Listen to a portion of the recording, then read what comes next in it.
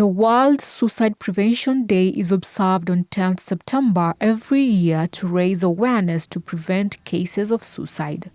In recent years, mental health experts have raised the alarm over the increasing suicide cases in the country. Suicide is a word that evokes different emotions for different people. For some people, they treat it as a criminal act. Others have more empathy and maybe look at it as could be caused by other factors that maybe we need to look into. And of late, we've noticed a lot of suicide and homicide in our country, especially during this time that we've been having COVID as a pandemic. So we wish to also bring it out more openly, talk more openly about suicide so that we can break the barriers and have more prevention for suicide. According to a clinical psychologist, Riziki Kaluki, suicidal thoughts, much like mental health conditions, can affect anyone regardless of age, gender, or background. Suicidal thoughts, although common, should not be considered normal and often indicate more serious issues. For one to know that there are signs of one who wants to commit suicide, at times it's not that easy and at times it can be easy. So it's usually like if somebody is going through depression, we'll already have noted that they are depressed, they have withdrawn themselves away from other people, they are not as social as before. And at times you'll see some people will post certain things on their social media forums, or they put something that sounds like they're saying goodbye. And at times people who actually just all of a sudden who are very, very sad, and all of a sudden they look very happy. Out of the blues, immediately like a 360-degree turn, and they're very happy all of a sudden. And they look very hopeful about something that we are not sure. Could be that because they've already made a decision to end their lives, now they're not bothered with what was bothering them anymore. So a very sudden change in behavior when somebody had been very, very sad and very depressed. Others is when they give out away things that are very valuable to them, things that you've always noted that they hold very dear, and they start giving them out. That would be something that also would create for us some worry. And also those who also have the ideation and talk about certain things, like they start talking a lot about death, talking about how they would rather be in another life than be in this life. Others will even pen it down, will write a note. The rise of these cases has led to questions like, can the risk of suicide be inherited? There is growing evidence that genetic factors contribute to the risk of suicidal behavior. It's not so much as inherited, but we can call it a learned behavior. Like I did see my uncle commit suicide, and I too maybe might be having problems and could see it as a possible solution because I've seen it happen before. So when we are checking for suicide risk, we also look for any family member who has ever gone on to take their life. So when we find that somebody actually did that, so we will say that this person has a high risk of actually doing it, yes. So why are men more likely to commit suicide than women? Data from the World Bank puts suicide mortality rates in Kenya at 6.1 people in every 100,000, with men being in the highest risk category. One thing is that we know that men are not very open like women. Women have more social forums, the chamas where they have friends, they talk. Women are more open to sharing their problems than men. So men are more closed in.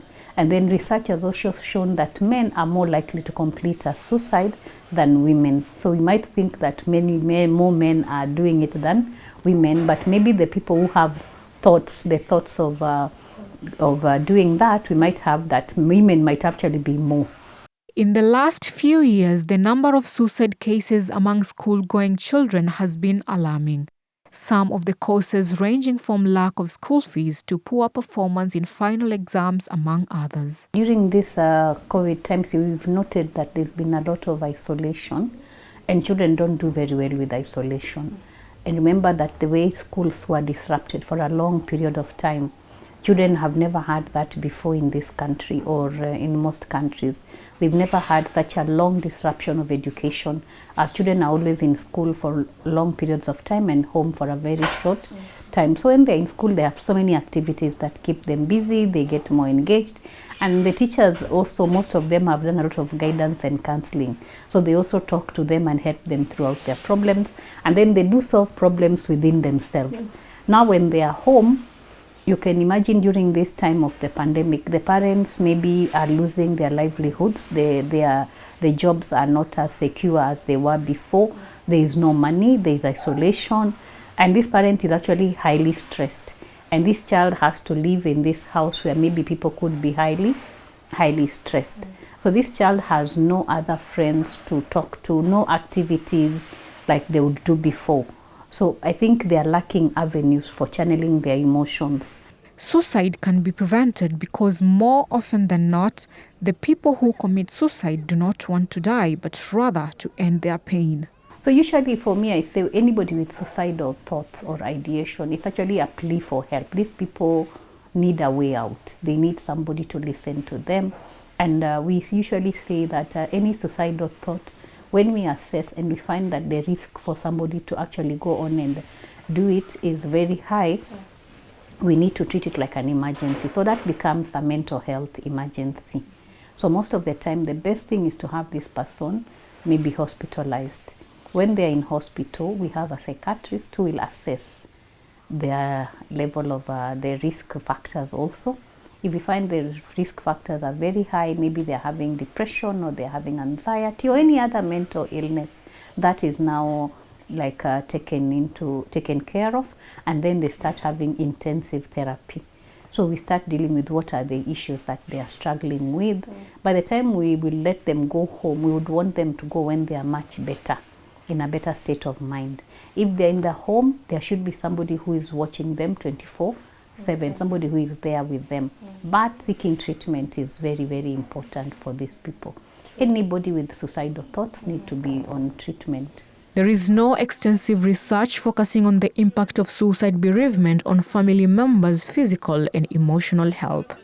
The death of someone close to you is very painful, but the grief felt by family members and friends can be more complex when the cause of death is suicide. The family is usually very saddened because they feel at times responsible, like why were we not able to note that this person was going to do this? Why didn't we stop it? What did we do wrong? So they will have so many questions going on in their heads. And then the stigma of the community, like the community will look at them as the bad people. Why didn't you help your kin? What's wrong with you people? Why did this happen to you? So there's so much they are dealing with. They are trying to deal with the normal grief, which everybody has to deal with when they lose a loved one.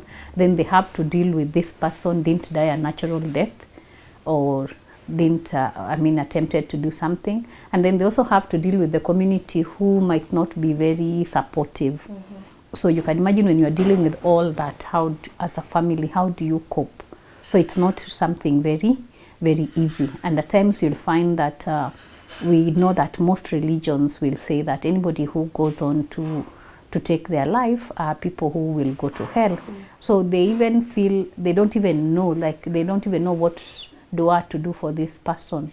So there's so much happening in their heads that you would actually notice that they are not very well. Last year, the Ministry of Health expressed concerns over the rising cases of mental illness, which is said to have increased rapidly since the outbreak of the COVID-19 pandemic. Health Cabinet Secretary Mutahi Kagwe said that since the pandemic broke out in the country, many people have checked in hospitals with mental-related cases such as depression. I'm sure when we eventually get to do a research on what has happened during the COVID time and the homicide levels, we've seen very high levels of homicide. You see, one thing about COVID is just the word isolation, because people could hug before. You see, when I hug my friend, I have a problem. I already feel a bit okay, but now I can't hug my friend. Then the stigma, if I have a patient who has COVID, I don't even know who to tell that I have this person who is having COVID. If we have a death in the family, people don't come like the way they would come before. Then we now look at it now as a pandemic. It's worldwide. So people have been affected. Their livelihoods are affected. There is no money, the businesses. If I was doing catering and I can't cater for big weddings anymore, so I have no money. So you can imagine people are complaining about finance. And then the home life. People never used to go home early, maybe, most men. They would be busy maybe doing their businesses and stuff. But now they have to be home early. Maybe this family never created a relationship. So they didn't know how to be home together. So there's a lot of conflict just being home together. Then you add there's no money, there's a lack of money, and then you add there's isolation. So everybody is tense, there's fear of getting infected. If we have a patient, there's fear of death. If our patient is in the ICU, we are thinking of what next if they die. And if they die, we are having a stigma around this death. And then very big bills. Because if people end up in ICU, we are seeing very big bills. Social media has played a role in the rise of suicide cases, according to the clinical psychologist Riziki Kaluki. There are games where they are being told to end their lives. And also, the more children or even any other adult sees other people taking their lives and posting it on social media, maybe a suicide note, then the next thing they did, it becomes a solution. I too can do this. So it's something that anytime it's highlighted so much on social media, it attracts other people. And you see now the social media is what everybody is using currently. Like people show their emotions on social media, show their days. And also when people look at other people's lives, at times they are fake, but they don't know that. So this person posts they're in Dubai, enjoying a holiday. The next time they're in Diani, having a lovely holiday. They are going for a road trip. They are doing this. So they look so happy and their life looks so put together. So this person whose life is not looking so put together starts comparing themselves with what they are seeing on other people's social media. And that is how you'll find some people actually going ahead and taking their life because they are feeling like their life is heading nowhere. Riziki says the rate of suicide in the country needs to be addressed sooner rather than later. It's very important that families try to be more in touch with each other. And then as Muslims, we are told that we should care for the others the way we care for our own selves. So even if it's my neighbor, if I feel my neighbor is not doing so well, I should find out. I have a friend who has not talked to me for quite some time. She's gone quiet. Please reach out to them and find out how they are doing or visit them. If you see somebody is no longer as social as they were before, you are finding them not available anymore. They're not, you can't get them on phone. They're not coming for any social gatherings. Maybe you don't see them in the mosque. It's good for you to find out what is going on with them. Reach out. At times when people are reached out, they do feel very nice. And because when you're having these negative thoughts, you start telling yourself, I'm a bad person. Nobody likes me. I've never done anything good. I'm of no value to this world. I'm a burden. So if we reach out to them and we show them that they're not a burden, especially the family members, that you're not a burden to us, we love you the way you are, or whatever you're going through, we are willing to work with you. Mental illness is real and can affect anyone regardless of their religious affiliation. Emotional pain is not something that should be hidden away and never spoken about. There is truth to your pain. There is growth in your pain, but only if it's first brought out in the open. So let's rise, speak, and support one another. Remember, your mental health matters. Salma Salim, Horizon Reports.